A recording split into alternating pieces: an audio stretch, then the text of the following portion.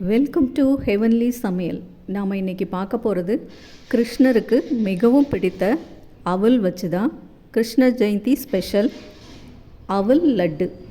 வாங்க வீடியோக்குள்ளே போய் பார்க்கலாம். இன்றைக்கி அவல் லட்டு செய்யறதுக்கு 1 டம்ளர் அவல் எடுத்து வச்சுருக்கேன். அதே டம்ளரால் 1 டம்ளர் பொடிச்ச வெல்லம், ஏலக்காய், நெய், முந்திரி பருப்பு, தேங்காய் துருவல் எல்லாம் எடுத்து வச்சுருக்கேன். வாங்க இப்போ எப்படி செய்யறதுன்னு பார்க்கலாம். ஃபஸ்ட்டு வாணலில் நம்ம எடுத்து வச்சுருக்கிற கெட்டி அவல் தான் நான் இன்றைக்கி எடுத்திருக்கேன். லேஸ் அவல் எடுக்கலை, கெட்டி அவல் தான். நல்லா கெட்டி மொத்தமாக இருக்கிற இந்த அவல் தான் அவல் லட்டுக்கு நல்லாயிருக்கும். இதை நல்லா செவக்க வறுத்துருக்கும். வெறும் வாணலில் நல்லா வறுத்துக்கலாம். அவல் லேசாக இந்த மாதிரி பொரிஞ்சு வருது. இன்னும் கொஞ்சம் நேரம் நம்ம வறுக்கணும். அவலில் மண் நிறையா இருக்கும். மெலிசு துணியில் போட்டு நல்லா சலிச்சுக்கலாம். நல்லா தொடச்சி எடுத்துட்டோன்னா அவலில் இருக்கிற மண்ணெல்லாம் போயிடும்.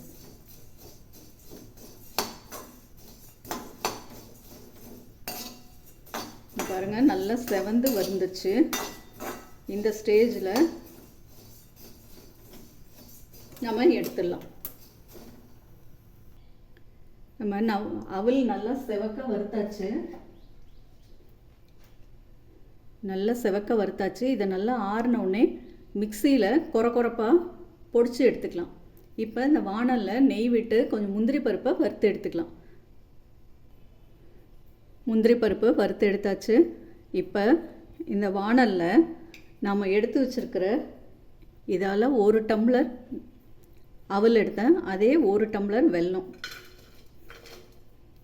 இதை போட்டு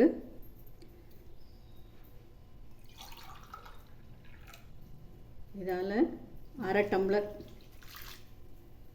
மூழ்கிற அளவு தண்ணி விட்டு இதை நல்லா மண் போக கரையை விட்டு மண் போக வடிகட்டி எடுத்துக்கலாம்.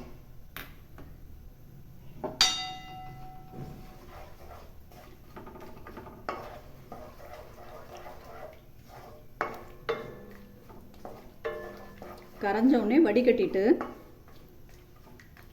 இந்த பாகு கொஞ்சம் கொதித்த உடனே அதில் கொஞ்சமாக உப்பு போட்டால் தான் அந்த டேஸ்ட் வரும். உப்பு, தேங்காய் துருவல் எல்லாம் போட்டு நல்லா கொதித்த உடனே நம்ம பொடிச்சு வச்சுருக்கிற அவளையும் போட்டு கிளற வேண்டியதுதான். இதை வடிகட்டிட்டு நம்ம பார்க்கலாம். வெல்லம் நல்லா கொதிச்சு கரைஞ்சிருச்சு. இப்போ அடுப்பு ஆஃப் பண்ணிவிட்டு இதை வடிகட்டிக்கலாம். இதில் மண் தூசு இருந்தால் நம்ம அதை வடிகட்டி எடுத்துடலாம். பாருங்கள், இதில் இவ்வளோ மண் தூசு இருந்தது. இதை வடிகட்டியாச்சு. இப்போ இந்த வெள்ளை கரைசலை இதில் ஊற்றிடலாம்.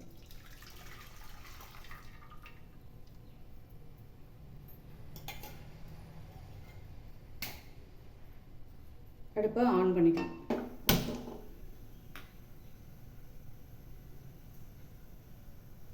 இப்போ இதில் ஒரு 2லேருந்து 3 ஸ்பூன் சர்க்கரை போடலாம். அப்போ தான் அந்த டேஸ்ட்டு நல்லாயிருக்கும்.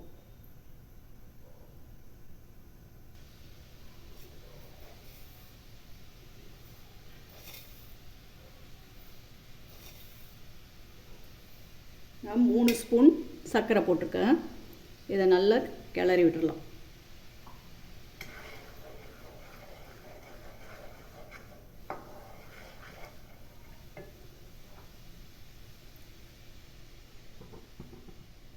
இப்போ நம்ம அவலை பொடிச்சிட்டு வந்துடலாம். இந்த பாகில் சும்மா கொஞ்சமாக உப்பு போட்டுக்கலாம்.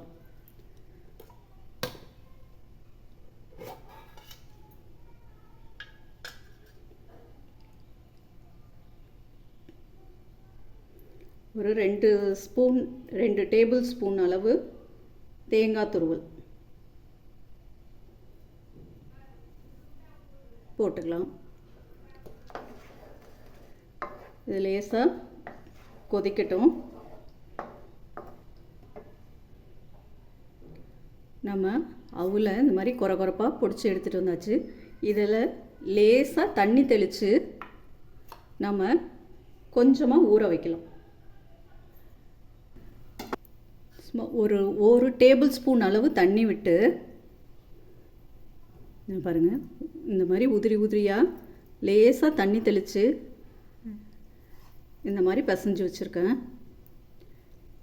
இது இப்போ கொதிச்சிருச்சு.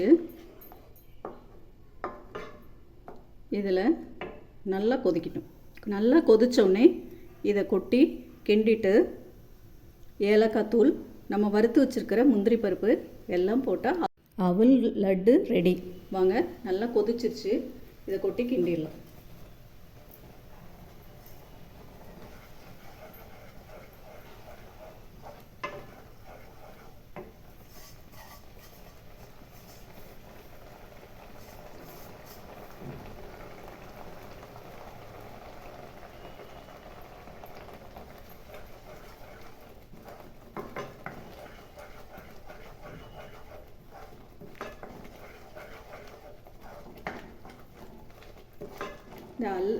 இந்த வெள்ளைப்பாகு அந்த சூட்லேயே நம்ம அந்த ஊற வச்சிருக்கிற அவல் நல்லா வெந்துடும். அதுக்கு தான் அதிலே போட்டு நல்லா கிண்டுறது.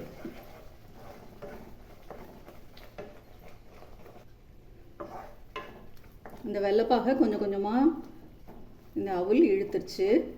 இன்னும் கொஞ்சம் லேசாக இன்னும் கொஞ்சம் கெட்டியாக வந்ததுன்னா 2 ஸ்பூன் நெய் விட்டு நம்ம வறுத்து வச்சுருக்கிற முந்திரி பருப்பு, ஏலக்காய் தூள் எல்லாத்தையும் போட்டுடலாம். இந்த இறுகி வந்துருச்சு. இப்போ ஏலக்காய் தூள், நம்ம வறுத்து வச்சுருக்கிற முந்திரி பருப்பு, இதோட ஒரு 2 ஸ்பூன் நெய் விட்டால் நல்லா வாசனையாக இருக்கும்.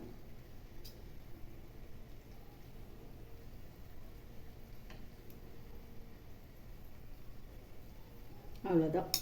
இதை நல்லா கிளறிட்டு வழிச்சிட வேண்டியதான்.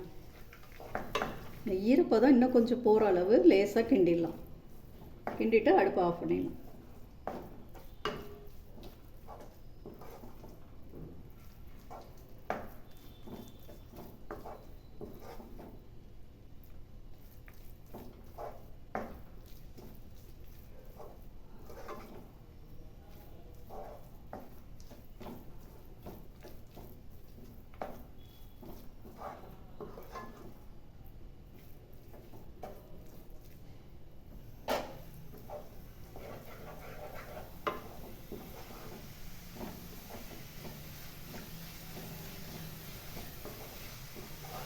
அவ்வளோதான். ஈரப்பதம் போயிடுச்சு. ஆறினோடனே நல்லா இந்த அடுப்பை ஆஃப் பண்ணிட்டேன். இதை புட்டு ஆறினோடனே நான் காமிக்கிறேன். அவ்வளோதான். அவல் லட்டு சூப்பராக ரெடி ஆயிடுச்சு. இதை செஞ்சு பார்த்து டேஸ்ட் பண்ணிவிட்டு கமெண்ட் பண்ணுங்கள். தேங்க்யூ.